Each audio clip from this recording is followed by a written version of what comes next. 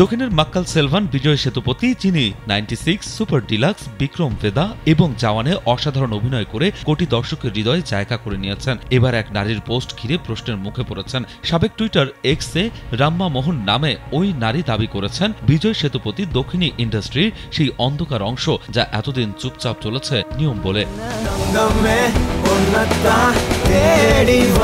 রাম্মার ভাষ্য, এক মেয়েকে আমি চিনি যিনি এখন মিডিয়ায় পরিচিত মুখ, তাকে এমন এক দুনিয়ায় টেনে নেওয়া হয়েছিল যেখানে সে কখনো প্রস্তুত ছিল না।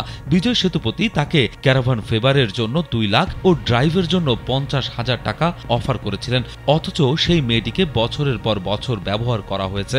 এখন সে রিহাবে মানসিকভাবে বিধ্বস্ত।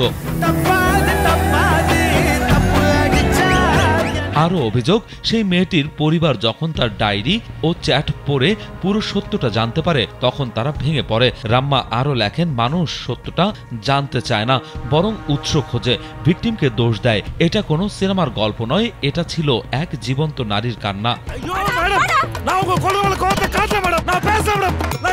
পোস্টটি ভাইরাল হতেই রাম্মা তা মুছে দেন, জানান বন্ধু তথা ভিকটিমের গোপনীয়তা রক্ষা করতেই তিনি এমন সিদ্ধান্ত নিয়েছেন। যদিও কোনো আনুষ্ঠানিক অভিযোগ, মামলা বা সরাসরি ভিকটিমের নাম প্রকাশ পায়নি এখনো।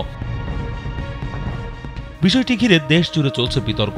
এক অংশ বলছে সত্য উন্মোচনের সময় এসেছে, অন্য অংশ বলছে এটি একটি পরিকল্পিত ক্যাম্পেইন, অথচ এখন পর্যন্ত বিজয় সেতুপতির পক্ষ থেকে এ বিষয়ে কোনো বিবৃতি আসেনি।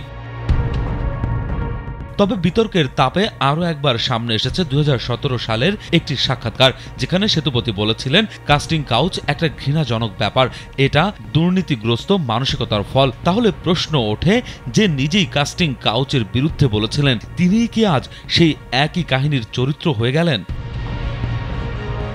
ব্যক্তি জীবনে স্ত্রী জেসি ও 2 সন্তানের পিতা বিজয় সেতুপতি কি এবার শুধুই একজন অভিযুক্ত, নাকি নায়ক চরিত্রের মুখোশ একে একে খসে পড়ছে?